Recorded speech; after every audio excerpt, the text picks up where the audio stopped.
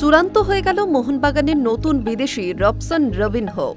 ব্রাজিলের Sao Paulo লিগে Neymar জুনিয়রের বিরুদ্ধে খেলা স্ট্রাইকারকে নিয়ে নতুন আশার সবুজ মেরুন শিবির। ইস্টবেঙ্গল কোচ অস্কার ব্রুজোর প্রিয় শিষ্য এবার খেলবেন তার প্রতিপক্ষ দলে। বাংলাদেশের ক্লাব বসুন্ধরা কিংসের কোচ থাকার সময় ব্রুজোর অন্যতম ভরসা ছিলেন ব্রাজিলীয় স্ট্রাইকার রবসন।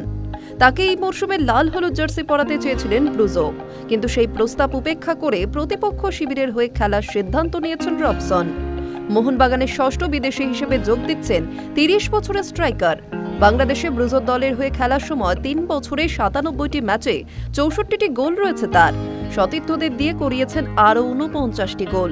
রবসন যোগ দেওয়ায় হোসে মলিনার দলের আক্রমণ আরও শক্তিশালী হবে।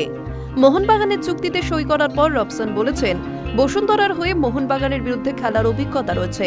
তখন থেকেই জানি মোহনবাগান ভারতের সফলতম ক্লাব। ওই ম্যাচে কেমন খেলেছিলাম তা নিশ্চয়ই মোহনবাগানের সমর্থকদের মনে রয়েছে। এবার সবুজ মেরুন জার্সি গায়ে তেমনই সাফল্য আশা করছি। গত বছর মোহনবাগান ভারতের সেরা দুটি লিগ কাপ চ্যাম্পিয়ন হয়েছে।